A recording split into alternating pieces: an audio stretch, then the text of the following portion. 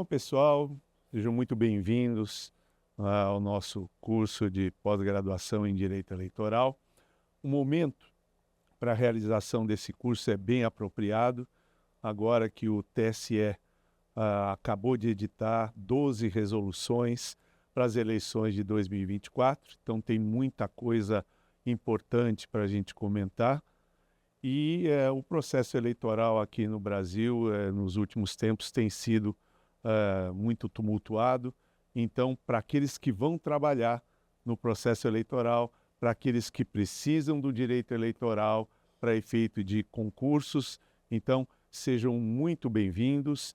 Nós vamos procurar imprimir ao nosso curso o caráter o mais prático possível para que vocês consigam perceber a importância das noções de ordem teórica no dia a dia.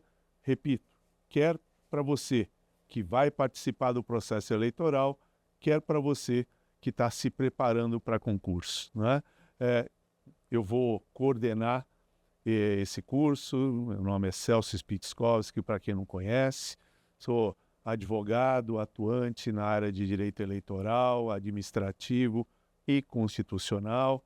Também tenho mestrado pela PUC de São Paulo em Direito do Estado. E nessa podcast nós estamos acompanhados do professor César Babler, que é advogado, milita basicamente, não só, mas basicamente em Campinas, também é mestre em educação e coordena os cursos da OAB, de pós-graduação, do ProOrdem de Campinas. O professor César, no nosso curso, vai ministrar o módulo relacionado a direito eleitoral, dividindo esse módulo com o professor Paulo Peixoto. E, em relação a esse tema dos direitos eleitorais, muita coisa importante tem-se para observar, E, desde logo, queria agradecer já a presença do professor César, que além de todo o cabedal teórico que tem, também é parceiro, é amigo, e dividindo sempre muitas responsabilidades com a gente. Professor César, passo a sua palavra aí para suas considerações iniciais. Olá, bem-vindo, querido aluno, querida aluna. É um prazer estar aqui de volta nesse podcast, principalmente com o professor Celso, tão querido, tão admirado por todos, da nossa geração, das gerações anteriores, das gerações posteriores. É um grande professor. Então, estar acompanhado dele é sempre um grande prazer e uma honra. Então, é um prazer estar aqui nesse podcast para bater um papo aqui com o professor Celso e trocar algumas ideias sobre essa pós-graduação tão importante que é a pós em Direito Eleitoral. É um prazer. Professor César, para a gente começar o nosso bate-papo, trabalhando com a questão relacionada aos instrumentos que viabilizam a democracia direta aqui no Brasil, estão elencados lá no artigo 14 da Constituição. Então, o sufrágio, o voto, o plebiscito, o referendo, a iniciativa popular de leis. Uma pergunta importante já. A Constituição, como regra, ela prevê o voto direto. No entanto, ela própria se incumbiu de prescrever a exceção para esse voto direto, uma exceção que pouca gente tem conhecimento, que nos leva ali a uma votação indireta para a presidência da República. O senhor podia estabelecer alguns comentários em relação a essa exceção? Claro, professor, é um prazer. Então, lá no artigo 1º da Constituição, a gente tem que todo poder emana do povo. Essa é a chamada soberania popular. Esse poder é exercido através da forma direta, que é a participação por plebiscito, referendo, iniciativa popular, ou indireta, que é o voto. Então, a gente vota num candidato e o candidato nos representa no Congresso Nacional, no Poder Executivo, e assim sucessivamente.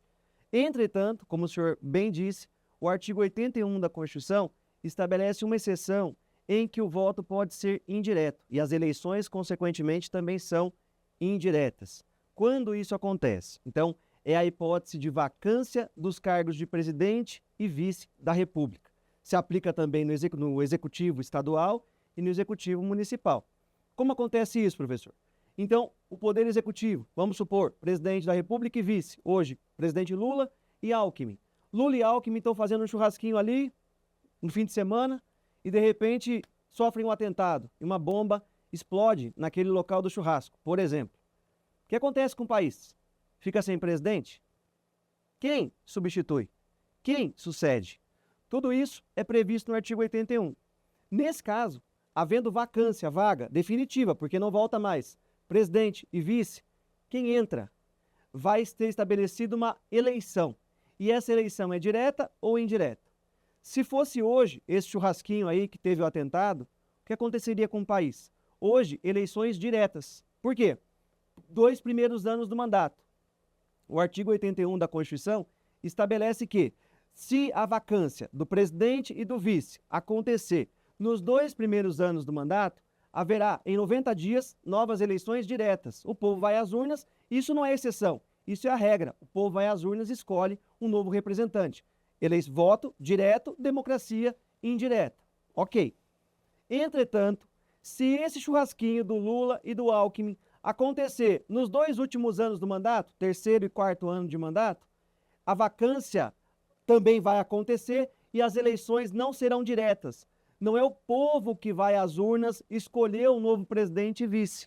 Quem vai às urnas então? Ninguém. Quem vai votar para escolher o novo presidente e vice? Para suceder e não substituir, suceder o Lula e o Alckmin, que não estão mais vivos nesse meu exemplo. Congresso Nacional. Congresso Nacional. Nesse caso, e aí sim entramos no espírito, na alma da pergunta do professor Celso.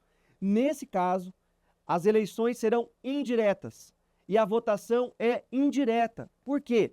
Quem vai escolher o novo presidente da República é o Congresso Nacional.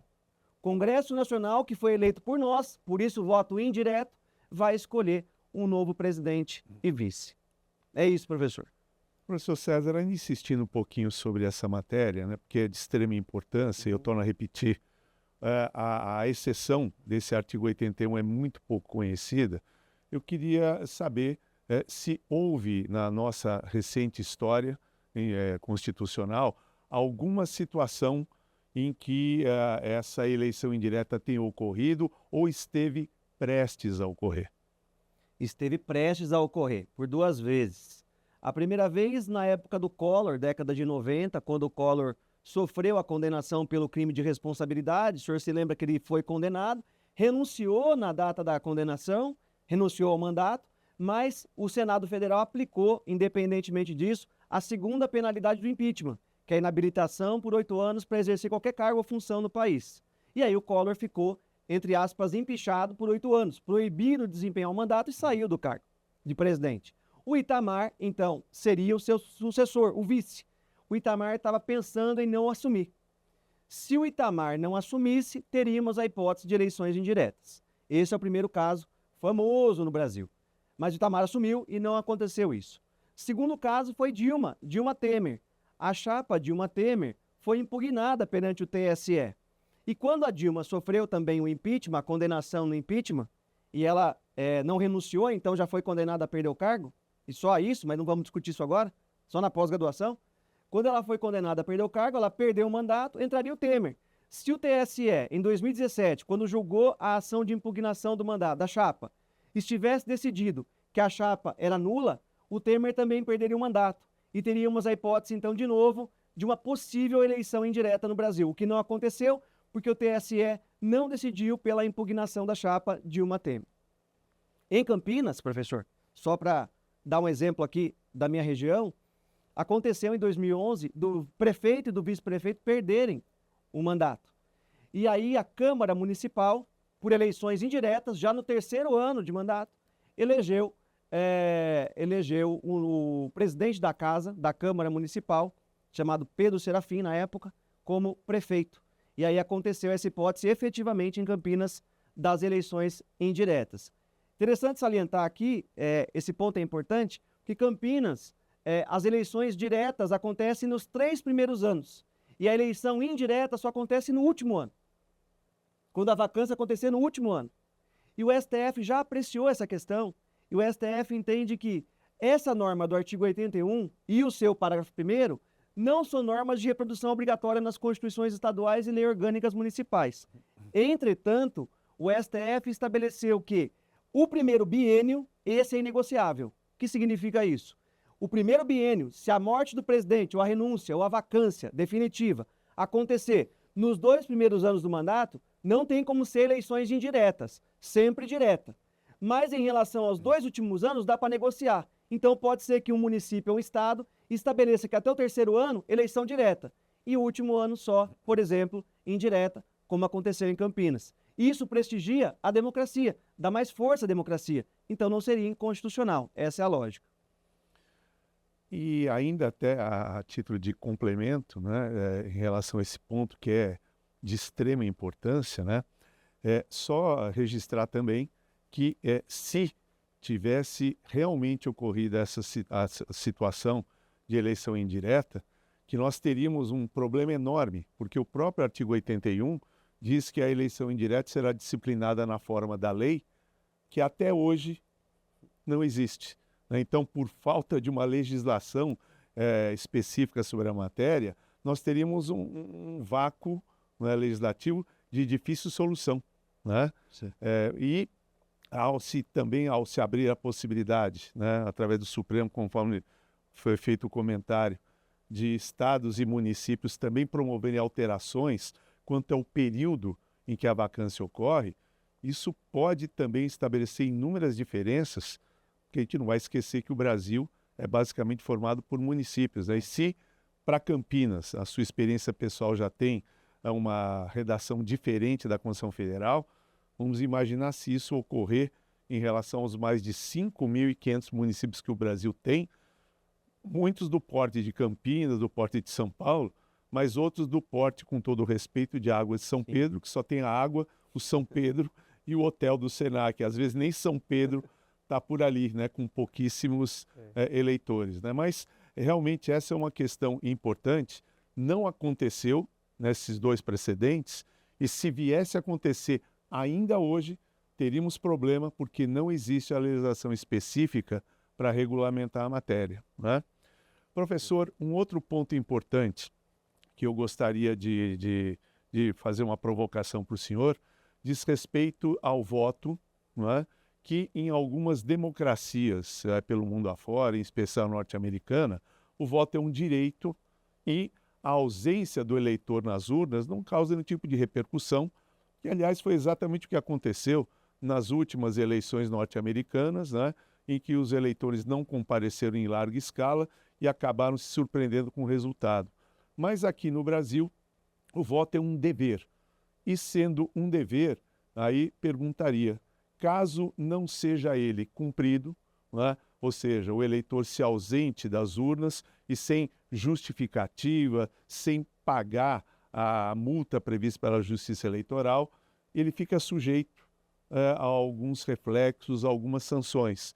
O senhor poderia comentar alguma coisa sobre isso? Claro, professor. Então, o senhor disse que o voto é um dever. Realmente é um dever, né? Mas eu também enxergo o voto como um direito. Ele ao mesmo tempo que ele é um direito, ele é um dever. Tudo depende do ponto de vista, né? Sob o prisma dos direitos políticos, o voto é um direito político. É um direito político positivo.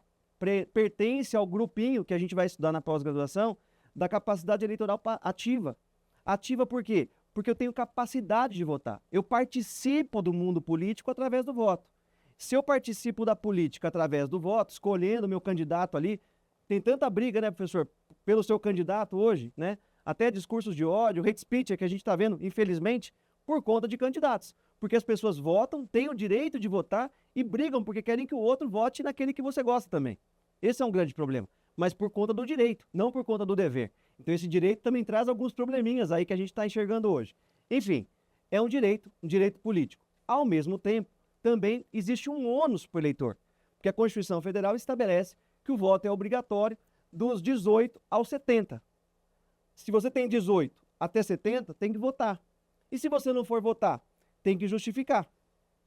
Justificando, tudo bem, você fica quite com a eleição, com aquela justiça eleitoral, tá tudo bem.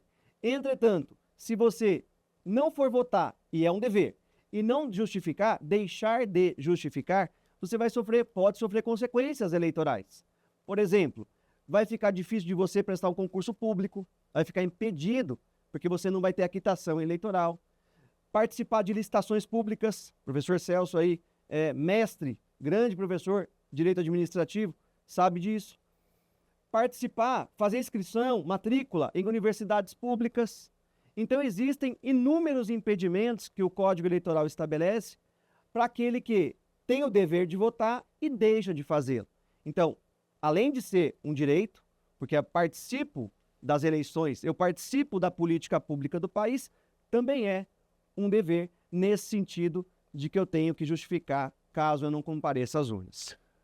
Professor César, e ainda em relação a essa matéria, né, lembrar que por força do Código Eleitoral, lá no artigo 7º, né, então as sanções que foram mencionadas acabam incidindo sobre os eleitores que não comparecerem e não justificarem por 3 eleições consecutivas, né?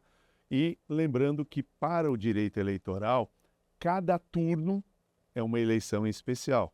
Então, para aqueles que eventualmente não tenham votado e nem justificado a ausência nos 2 turnos da eleição presidencial de 2022, né, e deixassem de votar também nessas eleições agora, então as sanções poderiam realmente incidir. E aproveitar o gancho, já que estamos nos aproximando do término do primeiro bloco do nosso encontro, né, então fazer até um alerta, né, gostaria que o professor César comentasse também, porque para as eleições desse ano, através de resolução do TSE editada agora, estão dando um privilégio muito grande para a biometria, né? E nós sabemos que tem muita gente que ainda não se cadastrou em termos de biometria, né? E outros que, embora já cadastrados, possam ter algum problema. O dedão ali não é reconhecido na hora. Se isso ocorrer, né, quais os reflexos que podem se verificar para as eleições esse ano? Excelente pergunta, professor, e muito atual, né? Porque muita gente vai acabar tendo problema com a biometria, já é a 3ª consecutiva que não vota e não justifica, vai implicar no cancelamento da eleição e essa pessoa vai alegar que desconhecia a resolução, porque a resolução é de 2024. É uma resolução que eu vou falar para vocês aqui, 23.737 de 2024. No seu artigo 3º, vou até fazer uma leitura para vocês saberem, atual, o sistema de atendimento informará a necessidade de nova coleta de dados biométricos. Se, cumulativamente, os dados constantes do cadastro, inciso 1, tiverem sido coletados há mais de 10 anos. 2, estiverem há mais de 10 anos sem serem utilizados para validar a identidade da eleitora ou do eleitor no momento da votação. Parágrafo único, importantíssimo. A implantação dos requisitos sistemas previstos nesse artigo ocorrerá até 8 de abril de 2024. Então, professor, está vencendo já esse prazo. Quem não correr para fazer o cadastro biométrico e regularizar isso aí, sofre um grande risco de ter cancelado a sua inscrição eleitoral com todas as consequências que a gente falou agora há pouco. Por exemplo, não participar de concurso público, licitações, não fazer matrícula em universidade pública e etc.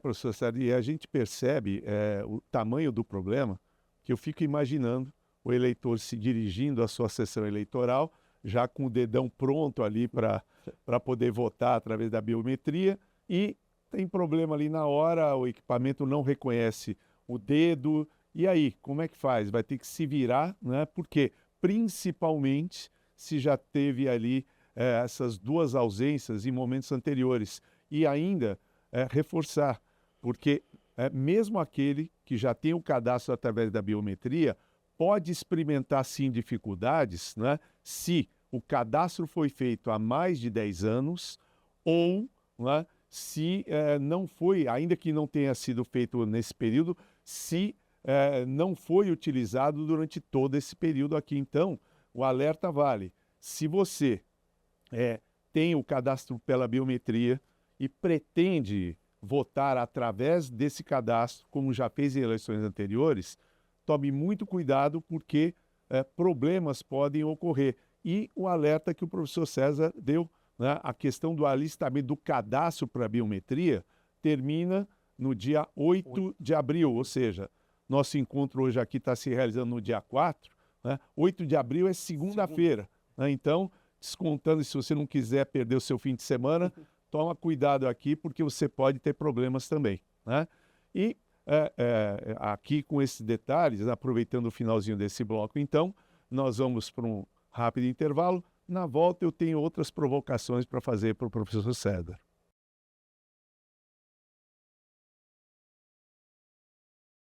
Professor César, então, dando sequência ao nosso bate-papo, né, outro ponto me parece muito importante a ser abordado diz respeito a um outro instrumento que viabiliza a chamada democracia direta, que é a iniciativa popular de leis.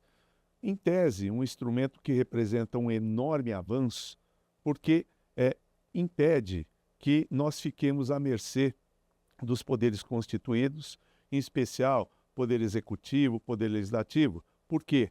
Bastaria a não edição da regulamentação necessária para que uma determinada matéria permanecesse em sono profundo por muito tempo, né? E esse instrumento foi criado exatamente para coibir essas omissões praticadas pelos poderes constituídos. Mas, durante esses 36 anos de vigência, vão ser completados agora em outubro, da Constituição, a gente tem notado que esse instrumento, em que pese a importância dele, tem sido muito pouco utilizado. Eu queria comentários seus do porquê disso, a existência de precedentes que já foram aprovados.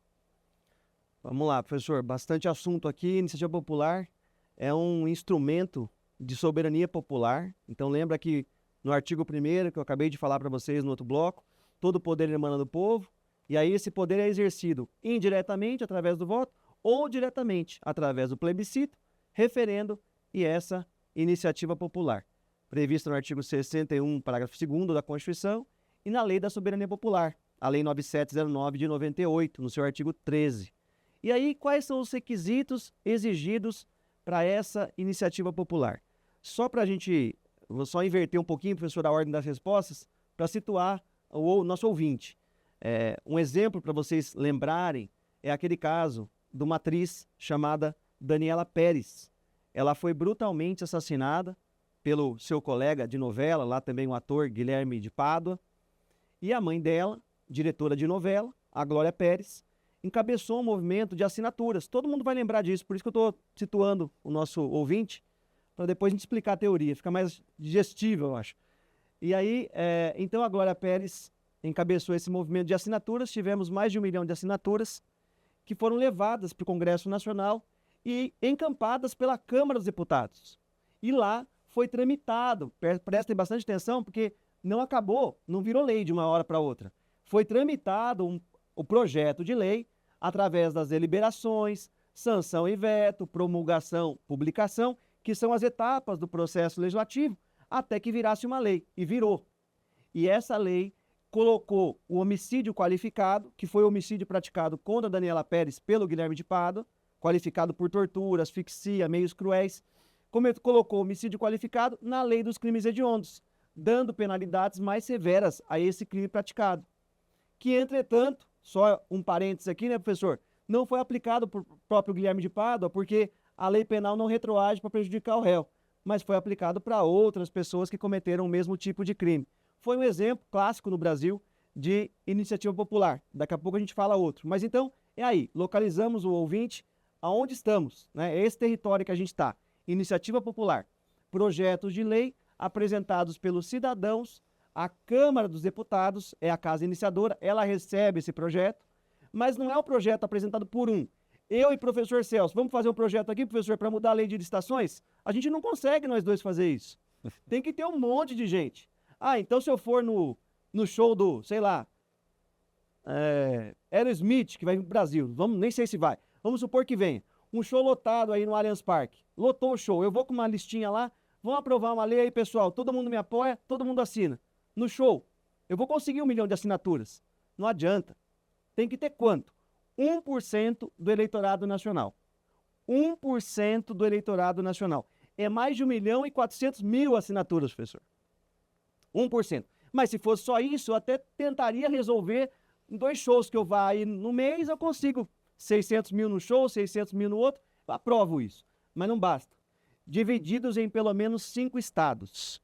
5 estados. Então eu tenho que pegar desse percentual dividir em 5 estados, pelo menos, assinaturas em 5 estados. Até que dá para fazer.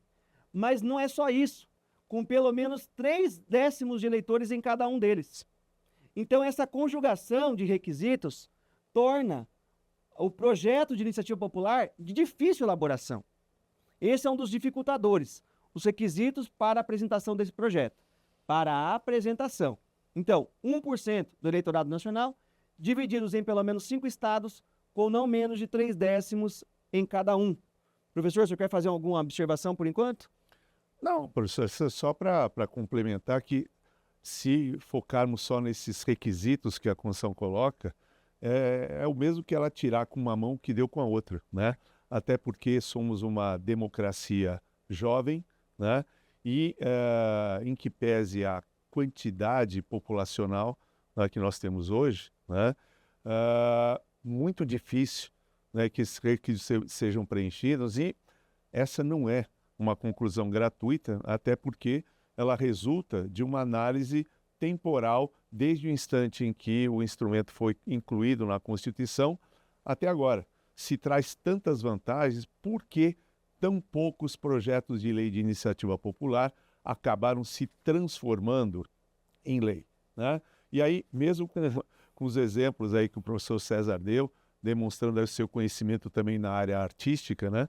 Porque esses requisitos poderiam até ser conseguidos num show, porque quando os artistas estrangeiros vêm para o país aqui e vão se apresentar em um outro estado, muita gente de outros estados vem para assistir o show também. Então, a história de 5 estados também poderia ser facilmente preenchida, mas não é o que vem acontecendo, até porque de 88 para cá, a quantidade de artistas, até por situações de natureza contábil, oscilação de dólar, o valor e tal, a quantidade de artistas estrangeiros que têm se apresentado aqui no país tem sido muito maior, né, e vem num crescendo, né?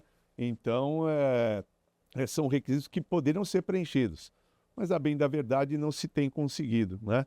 Agora, um outro detalhe importante que eu queria que o professor comentasse, né?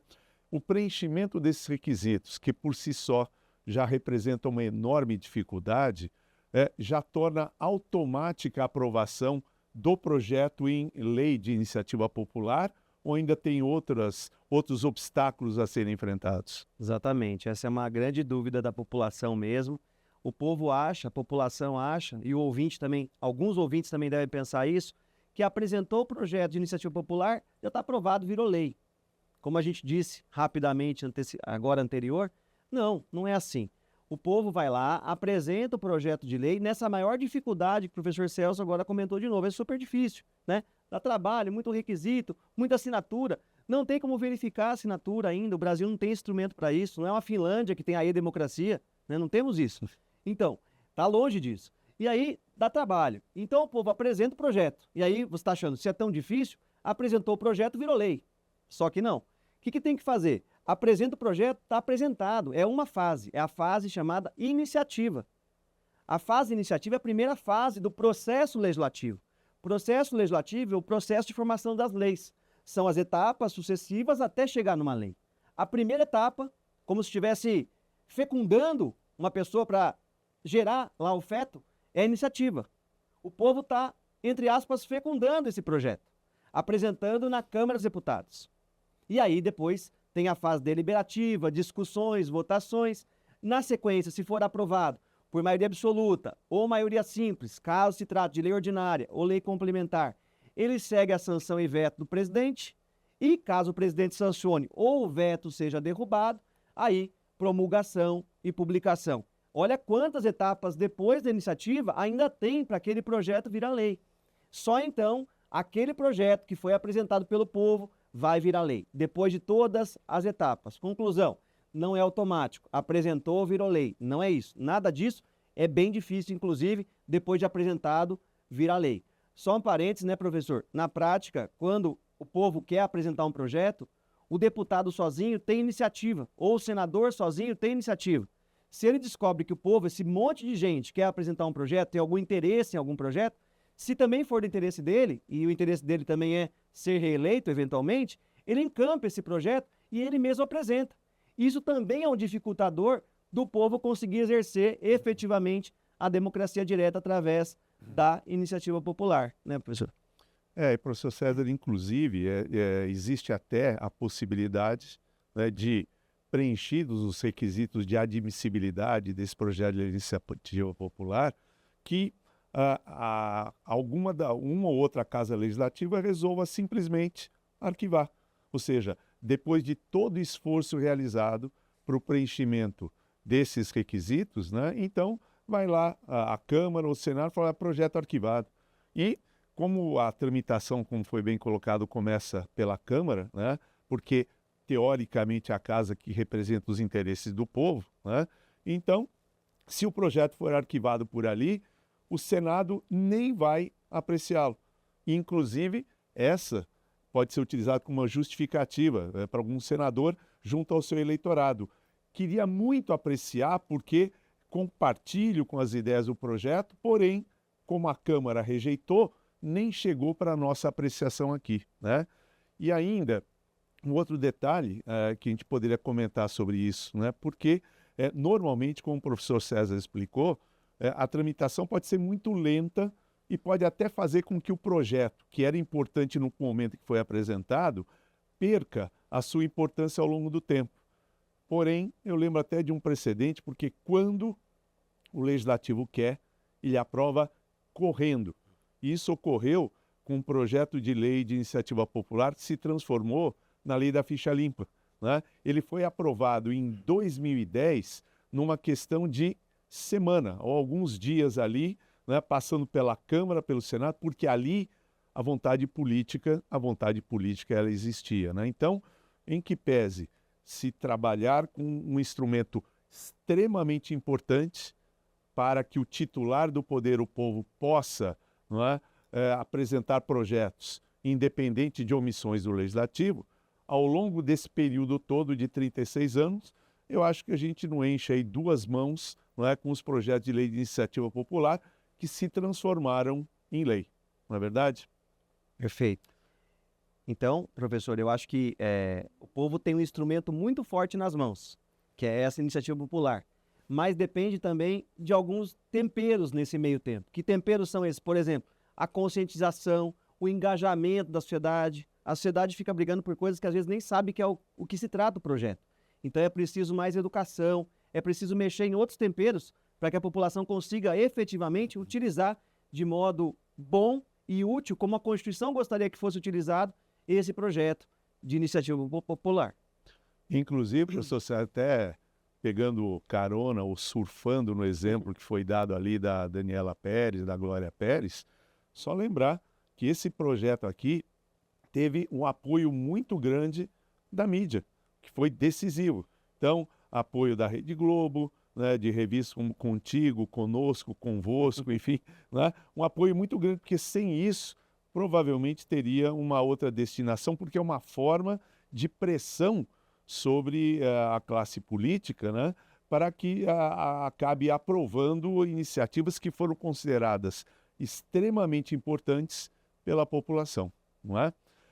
Professor, queria mudar também aqui de tema, ainda trabalhando com a questão relacionada a condições de elegibilidade agora, falando em democracia representativa, que se encontram relacionadas ao longo do artigo 14, o parágrafo 3º da Constituição. São condições de elegibilidade na forma da lei. E, entre elas, a questão da filiação partidária, que aparece no inciso 5. E, num primeiro momento, tem-se a ideia de que, primeiro, da importância que os partidos têm aqui no Brasil numa democracia representativa, porque sem filiação a ele, num primeiro momento, não se cogita da viabilização de qualquer candidatura. A pergunta vem porque, ao longo do tempo, vem existindo especulações, né, sobre a possibilidade de candidaturas avulsas. E eu queria comentários seus em relação a essa possibilidade. É uma interessante questão, interessantíssima questão, atual, e merece até a nossa opinião aqui, professor, nosso debate aqui, nosso bate-bola, para a gente aprofundar o tema e, quem sabe, chegar numa conclusão que o Supremo ainda não chegou. O que é isso? Os direitos políticos podem ser positivos ou negativos. Positivos é o voto, a capacidade eleitoral ativa, eu votar ou em eleições, ou participando de plebiscito, referendo ou iniciativa popular, ou o direito político, capacidade eleitoral passiva, dentro dos positivos. O que é passiva? Ser votado. Para ser votado, além de poder votar, eu tenho que ter alguns requisitos. Por exemplo, ter filiação partidária, como bem explicou o professor Celso. A filiação partidária, então, é uma condição para me eleger. Por isso que o nome é condição de elegibilidade. Condição para a pessoa se candidatar. Entretanto, embora prevista na Constituição, e a Constituição coloca lá, como bem colocou o professor Celso, artigo 14, parágrafo 3º, na forma da lei. Na forma da lei. Filiação partidária. E a lei das eleições prevê também, como condição de elegibilidade, a filiação partidária. Entretanto, chegou no Supremo uma discussão interessantíssima, que seria a possibilidade de candidatura avulsa ou independente, a pessoa se candidatar sem partido político, sem partido. Quando? Quando fosse possível, porque a filiação partidária não seria um requisito obrigatório dentro das condições de elegibilidade, embora prevista na Constituição.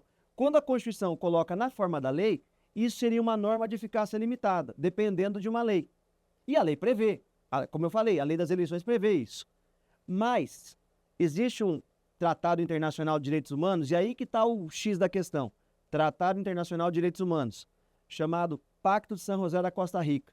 Esse tratado prevê a exclusividade de alguns requisitos para a condição de elegibilidade. Idade, residência, mas lá não se encontra a filiação partidária. Artigo 21, item 2 do tratado, do Pacto de San José da Costa Rica. Não se encontra a filiação partidária. Tá, mas o que tem a ver, né, professor? Estou falando de tratado, Constituição Federal, lei das eleições, como que fica tudo isso? A questão é a seguinte, o Tratado Internacional de Direitos Humanos, segundo a emenda 45 de 2003, pode assumir duas fisionomias. A primeira, ele pode até ter força de emenda constitucional, capaz de alterar a Constituição, quando for aprovada em 2 turnos, 3/5 no Congresso Nacional. Não foi o caso do Pacto de San José da Costa Rica.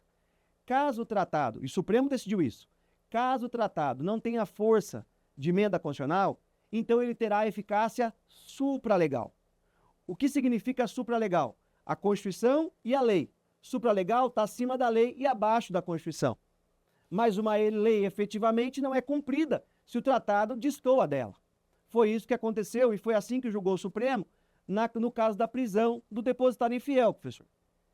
E esse mesmo entendimento, no meu modo de ver, poderia ser adotado na questão da filiação partidária. Por quê? Porque a legislação prevê como condição de elegibilidade a filiação partidária. O tratado diz que exclusivamente são alguns requisitos, não coloca filiação partidária. Logo, a filiação partidária para o tratado é um requisito indevido. Consequentemente, a legislação não poderia exigir filiação partidária. Logo, teríamos a possibilidade de candidatura avulsa no Brasil. Entretanto, é preciso só ressaltar, abrir aqui um parênteses novamente, que esse pedido de candidatura avulsa só tem conotação ainda no Brasil, só tem sentido a gente discutir isso em eleições majoritárias, que são eleições em que se vota no candidato e não no partido. Então, presidente, prefeito, governador e senador. Essas eleições majoritárias, aí sim teria sentido a gente discutir essa possibilidade de candidatura avulsa. No meu sentido, professor, no meu modo de ver, eu acredito que esse raciocínio deveria preponderar no Supremo, deveria ser acolhido pelo Supremo, porque realmente as eleições majoritárias poderiam ser deixadas para candidatura avulsa, sem necessidade, sem a obrigatoriedade do candidato estar associado a um partido político. O que o senhor pensa disso?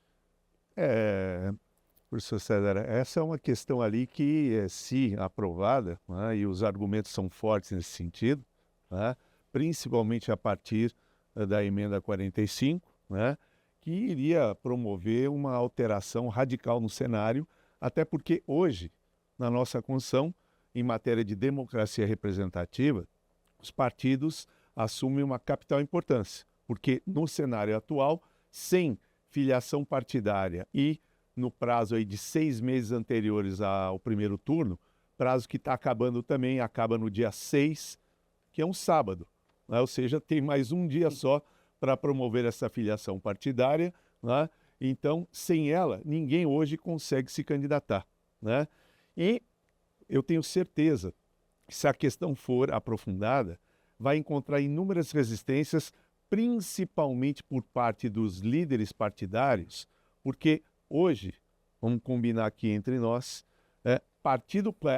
criar um partido político talvez seja a melhor aplicação financeira do mercado, né? Porque não fica sujeito a oscilações internacionais, né? E o partido criado é abastecido de forma reiterada com verbas do fundo partidário, isso anualmente, com verbas do Fundo Especial de Financiamento de Campanha, isso a cada 2 anos, ou seja, ano de eleição, envolvendo bilhões. E, além disso, os partidos ainda gozam da chamada imunidade em relação a impostos, né?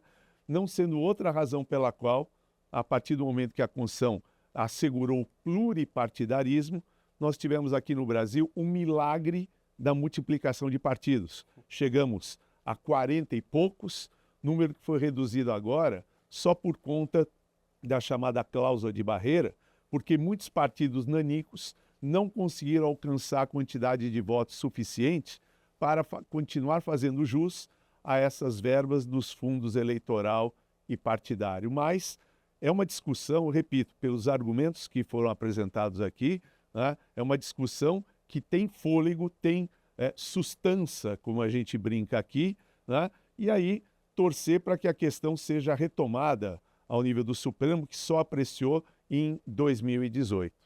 Né? E são detalhes importantes, com eles a gente vai encerrando esse nosso bloco aqui, e na volta do nosso último intervalo, eu tenho outras provocações para fazer para o professor.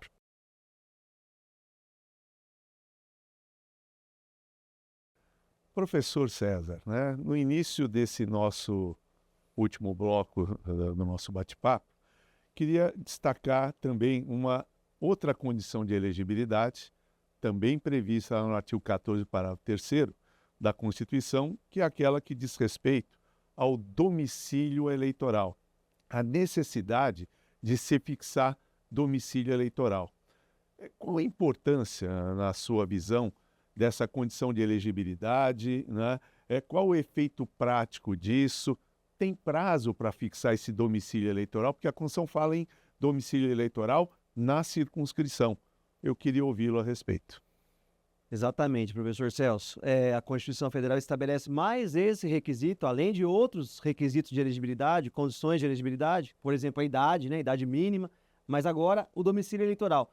Domicílio eleitoral ele representa a identificação do eleitor com o candidato.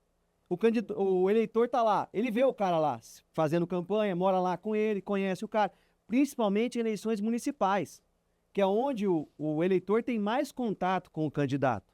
Imagina o ouvinte aí, você mora num município, o cara que vai se candidatar a prefeito do seu município agora é o cara que mora numa cidade a 100 quilômetros da sua. Você nunca viu esse candidato, não tem sentido nenhum. Por isso que a Constituição Federal exigiu o domicílio eleitoral na circunscrição, como o professor Celso bem disse. O que significa na circunscrição do pleito? Significa que, se eu vou me candidatar, como agora, a prefeito ou vereador de um município, eu tenho que ter domicílio nesse município. Se eu vou me candidatar, como daqui 2 anos, para governador, deputado estadual, eu tenho que ter domicílio nesse estado. Se eu vou me candidatar a deputado federal, senador, presidente e etc., eu tenho que domiciliar no Brasil. Então, ou eu moro no Brasil para eleições nacionais, ou eu moro no estado para eleições estaduais, ou eu moro no município para eleições municipais. E isso identifica o candidato com o seu eleitor. E aí que está o fundamento, dá legitimidade às eleições, dá legitimidade ao pleito. Por quê? Aquele candidato me representa. Eu conheço aquele candidato. Dá mais segurança, dá mais confiabilidade, em último turno, à própria democracia. Então, esse é o requisito fundamental, professor. Evitar que paraquedistas de plantão vão até aquele local só para se candidatar e, quem sabe, pegar uma boquinha ali em um mandato político. Essa é a ideia. E, professor César, a propósito aqui, a Constituição ela fala em domicílio eleitoral na circunscrição, mas não estabelece ela própria o prazo, né? E aí eu queria suas considerações em relação à regulamentação dessa matéria. Exatamente. A lei das eleições estabelece que essa filiação partidária tem que se dar até 6 meses antes do pleito. 6 meses antes do pleito. A mesma coisa acontece com a filiação partidária que a gente acabou de mencionar aí no bloco anterior. 6 meses antes do pleito. Então, não adianta chegar lá, eleições municipais. Eleição vai acontecer em outubro. Eu começo a morar no município lá em setembro. Tranquilo, estou morando aqui. Não adianta. Tem que ter domicílio, registro, 6 meses antes do pleito. Então, existe uma margem aí de segurança, que o candidato realmente está domiciliado lá, porque senão ele aluga uma casinha naquele local, começa a pagar conta de luz e de água, e aí se candidata e vai se candidatando naqueles que sejam do seu interesse, né? Oportunismo político. Professor, inclusive nós tivemos exemplos ao longo do tempo, né, em que essa identificação era impossível. Nós tivemos exemplo envolvendo o ex-presidente Sarney, né, que tinha o domicílio no Maranhão, mas foi se candidatar por outro estado, né? Então, é uma situação complicada. Mais recente, para as eleições de 2022, nós tivemos problemas nesse sentido também, né? O hoje senador Sérgio Moro, né, num primeiro momento, procurou se candidatar à presidência da República, né? Depois, percebendo que a candidatura não iria adiante, procurou se candidatar a senador, né? E, num primeiro momento, a senador por São Paulo. Também percebendo que poderia ter dificuldades para efeito de caracterização do domicílio eleitoral, acabou mudando e se candidatou a senador pelo Paraná e conseguiu a eleição e, aliás, cujo mandato, nesse exato momento em que o nosso encontro está ocorrendo, está sendo analisado pelo Tribunal Regional Eleitoral do Paraná, né, a possibilidade de cassação, né, sob pena de utilização indevida de verbas públicas. Mas, de qualquer maneira, é um problema de domicílio que também acabou atingindo a esposa dele, que se candidatou a deputada e tentou por São Paulo, dificuldades. E ainda no último exemplo também, para dar o caráter prático para essa nossa conversa, manter esse caráter prático, a questão que envolveu o atual governador de São Paulo, o Tarcísio Freitas, que foi ministro da infraestrutura no governo Bolsonaro, que transferiu o seu domicílio para São Paulo, né? E de que maneira? Através do aluguel, da locação de um apartamento, se a minha memória não me falha, em São José dos Campos, de um parente, e teve inúmeras discussões envolvendo essa questão do domicílio, levadas à Justiça Eleitoral, porque, como foi bem colocado, não teria o menor sentido, não é? A questão do domicílio eleitoral e 6 meses antes ser colocado como condição de elegibilidade, porque implicaria na ausência de identificação entre o candidato e o eleitor. Imagine aqui para candidaturas a municípios de São Paulo e do Litoral Norte. Então o indivíduo vai se candidatar a vereador por São Sebastião, por Caraguatatuba, né? E nas propostas, na sua plataforma eleitoral, simplesmente ignora talvez o problema prioritário da população, que diz respeito às enchentes. Mesma coisa em municípios do Rio Grande do Sul, que simplesmente o candidato ignorando a questão relacionada aos fenômenos meteorológicos que tem atingido, né? Fala, esse aqui, como foi bem colocado pelo professor, esse candidato não me representa, né? Então, é um requisito importante e a fixação desse domicílio, como tem que vir nos 6 meses anteriores ao primeiro turno, então também agora, nesse final de semana, daqui a 48 horas, o prazo para a fixação desse domicílio está se encerrando, né? E, dando sequência a esse tema de condições de elegibilidade, agora com foco naquelas que estão previstas ao nível legal, não ao nível constitucional, lá no artigo 11 da Lei 9.504, entre elas aqui vale um destaque para a necessidade do pretenso candidato apresentar uma certidão criminal. Eu queria comentários do professor sob essa condição, se houve alguma alteração ou de importância ao longo do tempo? Sim, a questão criminal é um dos aspectos mais importantes que a gente vê na população, né? O povo olha muito para o candidato e vê se ele é ficha limpa ou não. Aí já entra no nosso aspecto aí criminal. Esse candidato já foi condenado? É descondenado? Já foi condenado? Não é condenado? É limpo? Tudo isso o eleitor, antes de votar, e um conversa com o outro, vocês ouvintes devem saber muito bem disso, se o candidato é sujo ou não, criminalmente. Por isso, e já pensando nisso antecipadamente, a Lei das Eleições previu a apresentação obrigatória das certidões negativas criminais para registrar o candidato. E isso deriva dessa visão de que o candidato condenado criminalmente não poderia disputar as eleições. Isso foi acrescentado na lei da ficha limpa, inclusive em 2010, como o professor Celso bem lembrou, reformando a lei das inelegibilidades, que acrescentou a condenação do candidato, inclusive desde a condenação por colegiado, não necessitando que fosse transitado em julgado, na implicação do candidato ficar inelegível. Inelegível é o quê? O candidato que preenche os requisitos, as condições de elegibilidade, mas ele tem um impedimento. A inelegibilidade é o impedimento de se candidatar. E aí o aspecto criminal ressalta um pouco mais nesse sentido pela alteração promovida pela lei da ficha limpa, que foi uma lei que a gente conversou em blocos anteriores, cujo projeto derivou da iniciativa popular. E ela estabelece, então, um prazo de 8 anos, né, de impedimento do candidato disputar se ele tiver já condenado ou desde a decisão colegiada. Não é isso mesmo, professor? É isso, professor César. Inclusive, lembrar aqui que a lei da ficha limpa, né, independente da sua origem, o projeto de lei de iniciativa popular, ela veio para regulamentar o artigo 14, o parágrafo 9º da Constituição, que estabelece a possibilidade de criação de outras hipóteses de inelegibilidade, além daquelas que a própria Constituição já positiva nos parágrafos do artigo 14, com o objetivo de preservar os valores que ali se encontram, para preservar a probidade administrativa, para preservar a moralidade administrativa, levando-se em consideração a vida pregressa do candidato e também com o objetivo de preservar a normalidade e a legitimidade das eleições contra abusos de poder econômico, de poder político. Quando ela foi aprovada, realmente ela se transformou numa verdadeira revolução, porque acabou por impedir candidaturas que até então se apresentavam sem cerimônia para o eleitor, né? E lembrando só também, até invadindo outro tema que vai ser analisado ao longo do curso, né?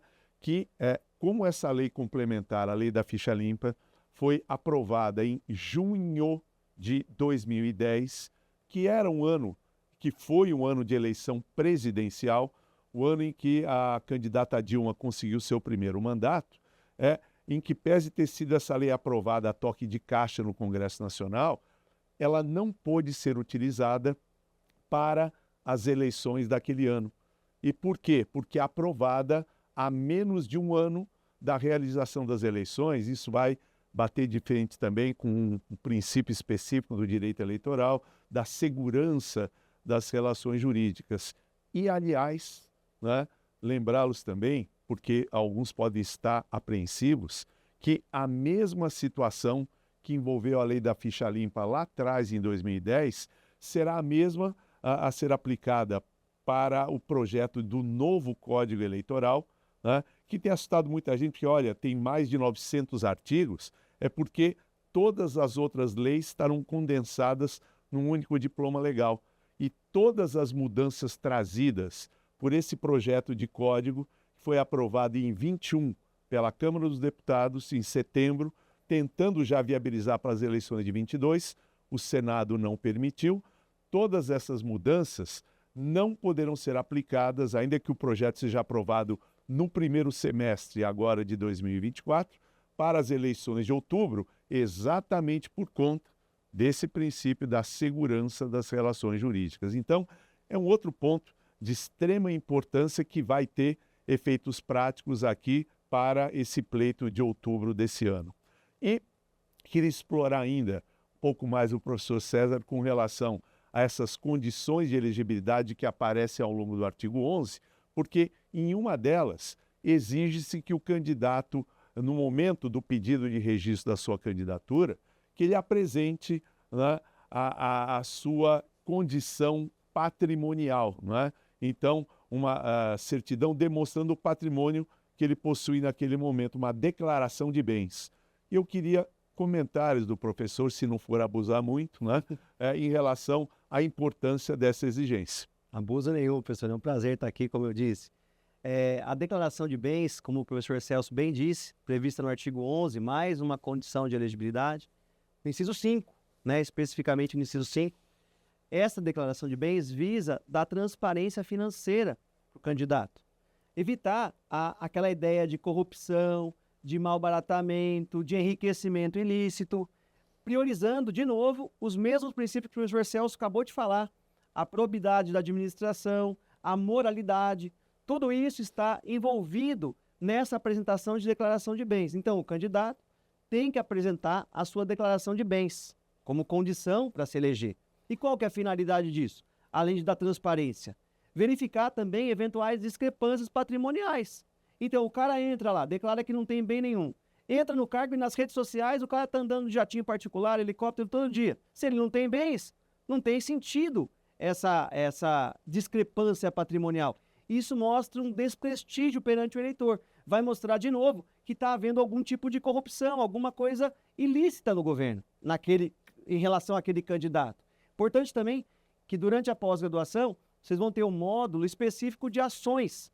Dentro das ações vai ser estudada também a lei de improbidade.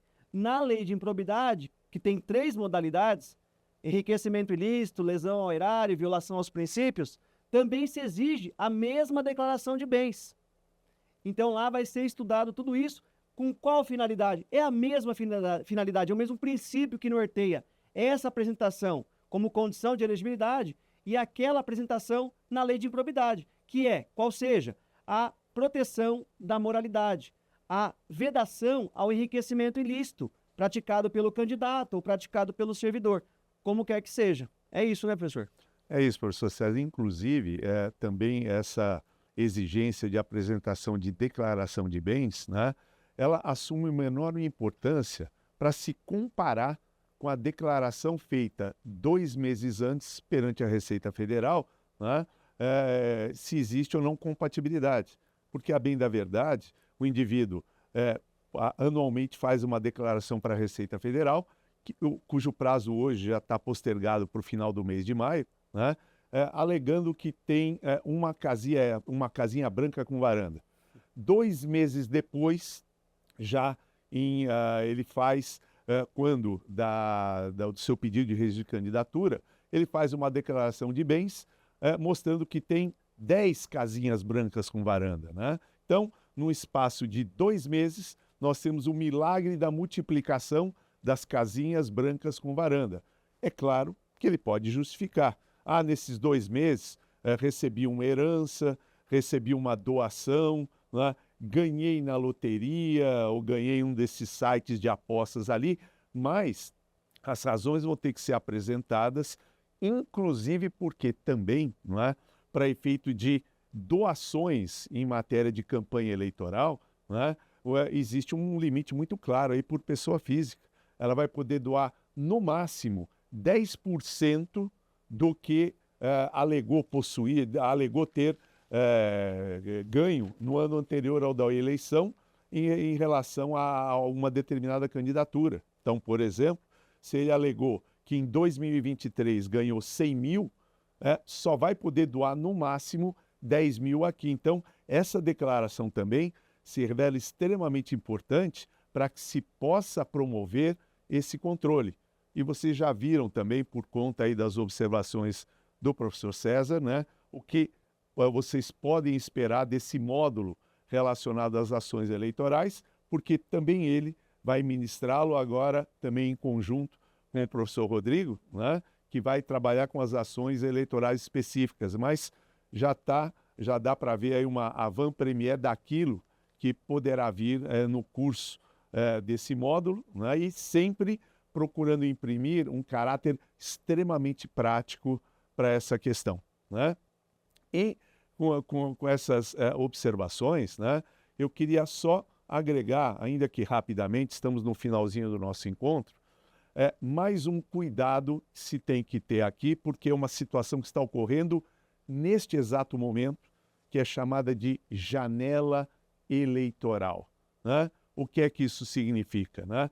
Durante um período que, por resolução do TSE desse ano, vai de 7 de março até 5 de abril, portanto, está terminando amanhã.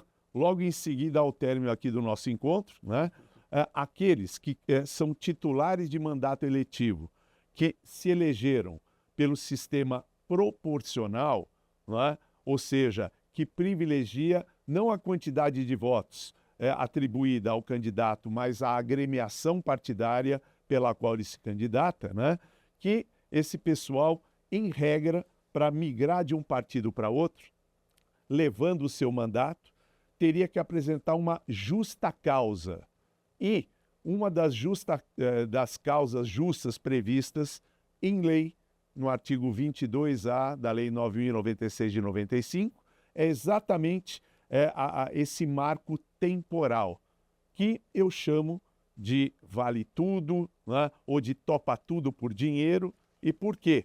Porque nesse período, sem qualquer outra justificativa, o titular do mandato que vai concorrer às eleições municipais pode migrar de um partido para outro, estabelecendo a quantia que bem entender por essa migração, sem o risco de perda do mandato. Isso termina agora em 5 de abril e tem sido utilizado para justificar o atraso na pauta do Legislativo, né? Por quê?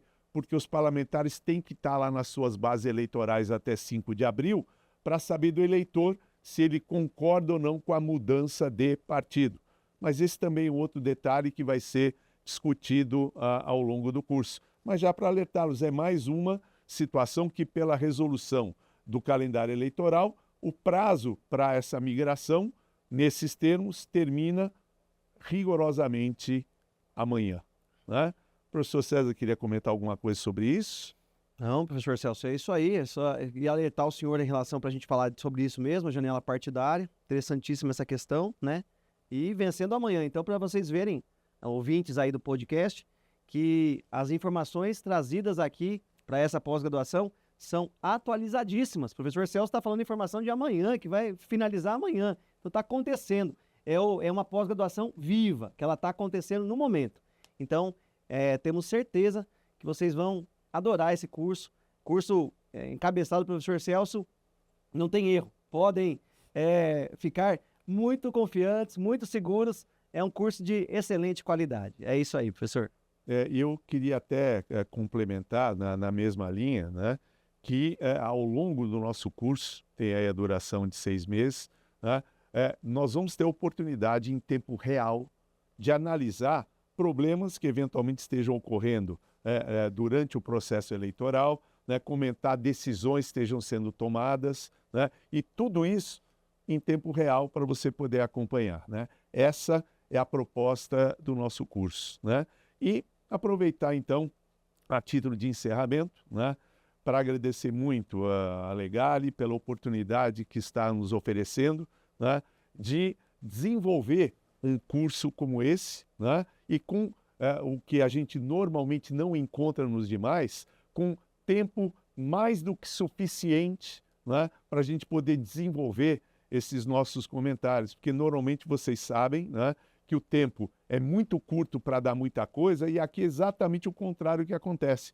Nós temos tempo para desenvolver o que normalmente nós não conseguiríamos, né? Então, queria agradecer novamente a Legali pela oportunidade, agradecer ao professor César por ter aceito o convite, não só para o curso, mas também para esse nosso bate-papo, né? Agradecer muito também o pessoal da técnica, o Márcio, o Jimenez, agradecer também a Vivian, que está organizando esses encontros, né? E renovamos o convite para vocês. Estamos esperando, né, que vocês venham conosco para poderem se atualizar nesse setor eleitoral?